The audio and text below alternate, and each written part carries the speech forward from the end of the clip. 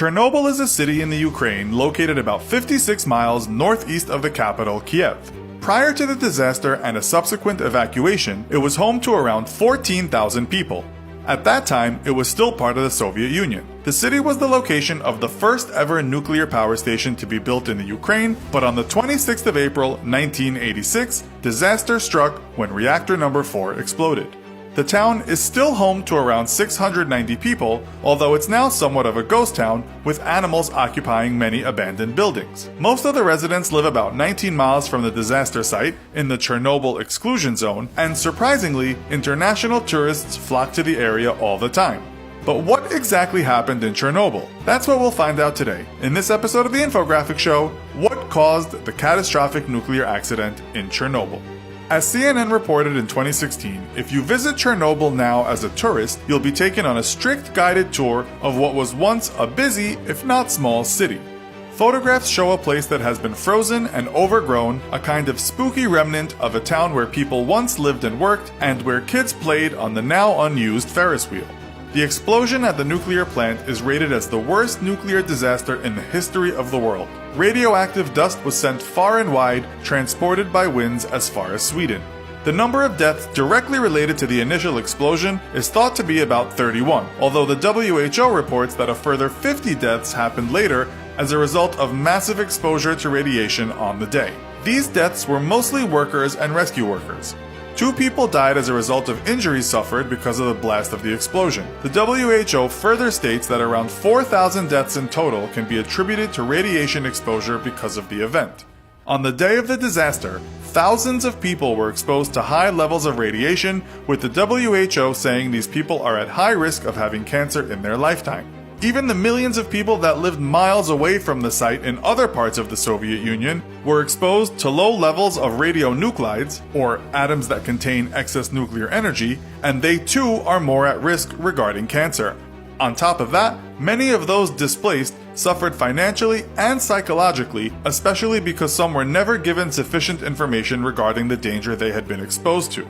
According to recent reports, areas at least 19 miles away from the accident site are mostly radiation-free, although some lakes and forest land are no-go areas or at least restricted to the public.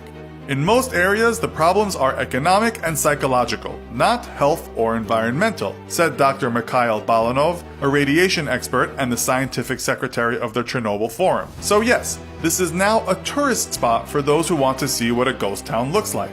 We looked at blogs written by travelers who have visited the exclusion zone. One of them wrote that when she was invited, she thought it was a joke, thinking like many people that visiting such a place was too dangerous. She wrote that in the absence of people, the area has once again become home to wandering bears, wild horse, deer, foxes, wolves, and dogs. Lots of stray dogs. While you are told not to touch things or eat or drink while on the tour, the radiation levels are checked by your guide throughout the visit. I felt like I was walking through a horror-themed park, she said of an abandoned kindergarten, saying dolls were still hanging around. Anyway, you get the picture. Now let's talk about what happened on that fateful day.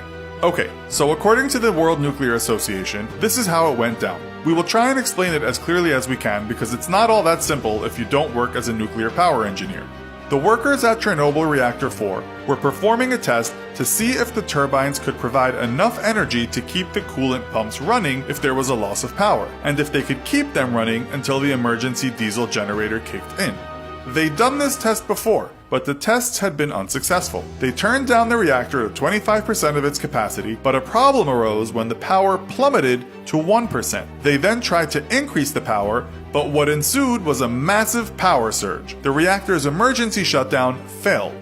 One engineer had wanted to abort the test, but was told by a senior to carry on. The reactor then became even more unstable. This caused considerable pressure, and according to one step-by-step report one engineer witnessed, the 1.5-ton blocks atop the fuel channels of the upper biological shield began jumping up and down, and you could feel the shock waves through the building structure. What did he do then? Of course he ran for it, down a series of steps to report what he had seen to others. The pumps failed. There was no water flow, and the reactor started to make loud noises. As another website tells us about the sudden increase in power, a peculiarity of the design of the control rods caused a dramatic power surge as they were inserted into the reactor. Hot fuel combined with cool water created a massive steam that couldn't escape and caused lots of pressure. This lifted a 1,000-ton lid, and here we have the start of the radiation leak. Air got into the reactor and caused a graphite fire. A second explosion happened when hydrogen was formed by hot water steam contacting zirconium. This was a much bigger explosion than the first, and it threw debris everywhere. Power went out, except for battery-powered lighting. The air was filled with dust. One man died, and his body was encased in all the debris. Burning fuel started fires everywhere, and radiation was cast into the atmosphere. All the internal phone lines went down, and workers fled from the scene. Firefighters arrived, apparently unaware of the danger they were in due to the radiation leak. One even joked about it, saying, "There must be an incredible amount of radiation here. We'll be lucky if we're still alive in the morning." He was kidding, but he wasn't far off. As one woman explained, the next day she found out there had been a fire, but the kids still played, they went to school, people still milled around in the street, even though, she said, all the roads were covered in water and some white liquid, everything was white and foamy.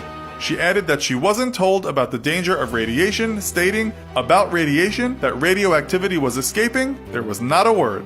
The reactor was filled with water, but then flooding was a problem. After that, for days, thousands of tons of clay, sand, boron, and dolomite were dropped by helicopter into the burning reactor to quell the fire, but also to try and prevent the spread of radiation. For 10 days, a large amount of radioactive substances pervaded the air, most of it falling as dust into nearby areas, but smaller particles spread far and wide carried by the wind. We all know what happened next. We should add that there are numerous scientific theories as to exactly what happened that day, and this is just a basic summary of the most widely held belief. Hopefully, something like this never happens again. So, would you ever consider visiting Chernobyl? Tell us why or why not in the comments.